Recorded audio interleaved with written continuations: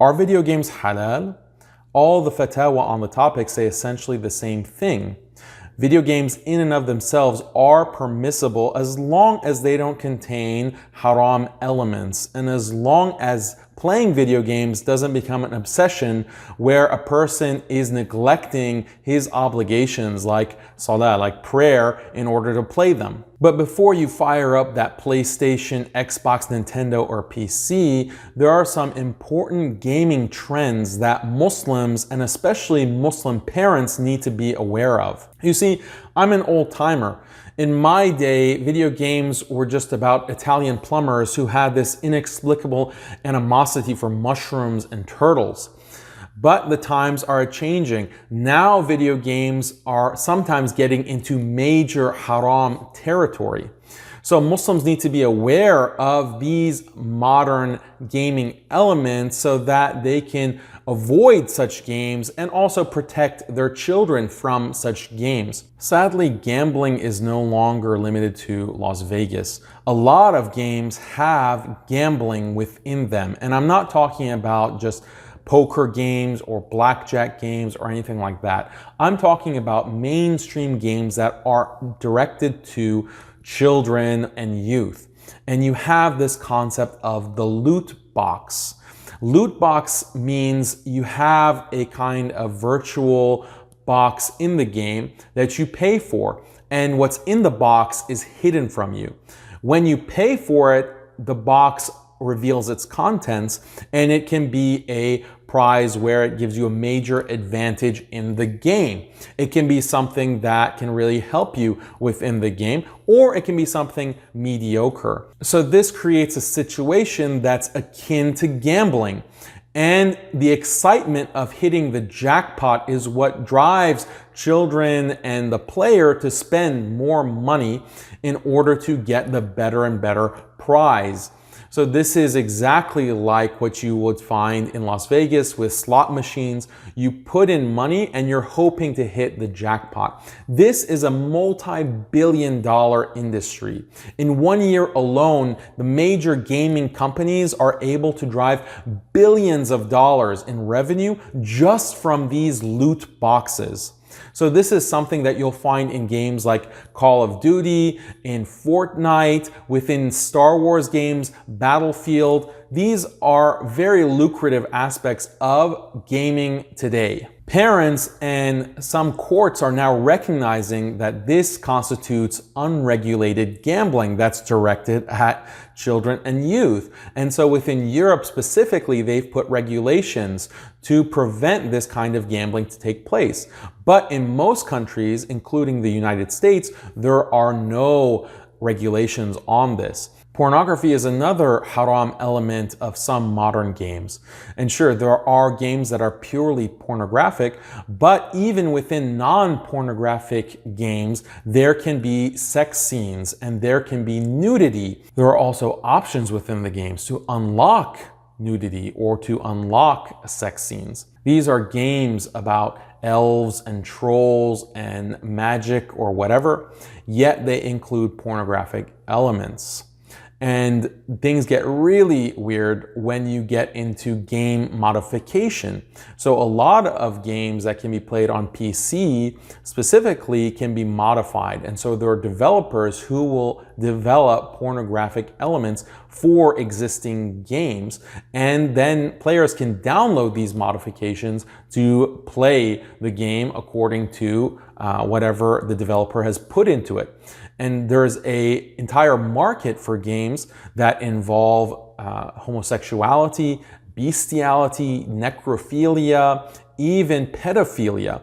And these are things that are available online for many games. So this is something that is very shocking, and it's not just Muslims who would be shocked by this. Even non-Muslims are recognizing this as a major problem within the gaming world. Chatting with strangers online has always been something full of risk and danger, but now online connectivity is a part of many games. Games that are sports games, first-person shooter games, very popular games like Call of Duty, Halo, FIFA, Madden. you are connected to your competitor. And so this can lead to a lot of profanity. It can lead to a lot of vulgar language where a person that you're competing against or who's on your team even is shouting about F this, F that, I'm going to do this to your mother, I'm going to do this to your father, all of this nasty language which is found within that environment and just broadcast straight into the player's ears within that team.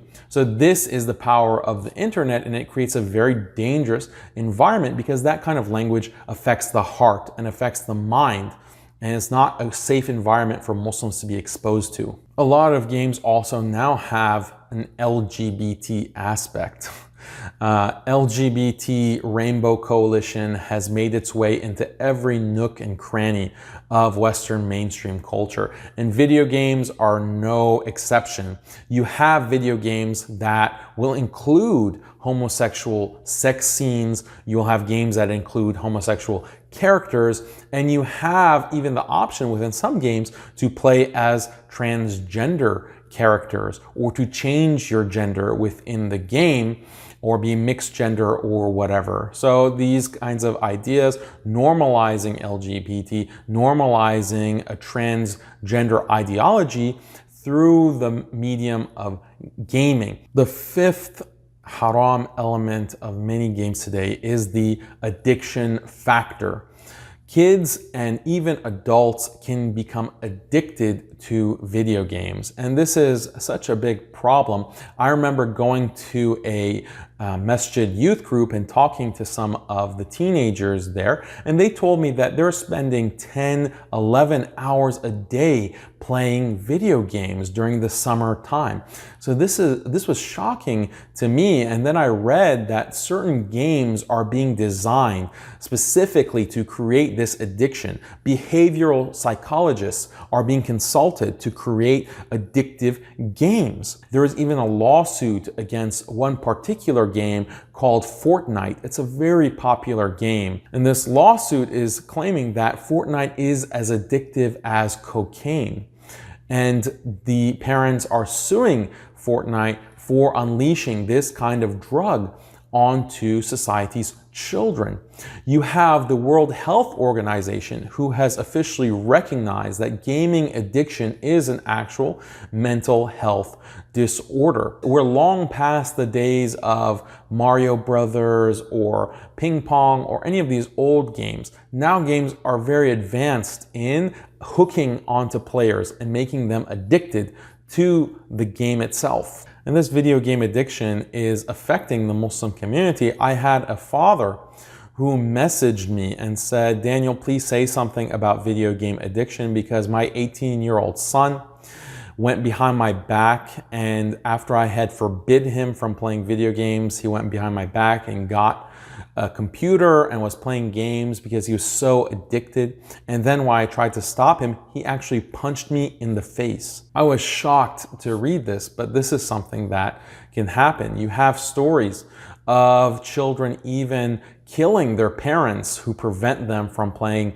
video games. And there are many news articles about this. Violence within the family context because of video games, anger at losing in a game, having the game taken away. These are major psychological problems. Very practically, should you introduce your children to video games? I think that you have to be very cautious. It's probably best to avoid, given these dangers, given the addiction factor, the haram elements. This is a world that you don't want to introduce your children to if you can avoid it.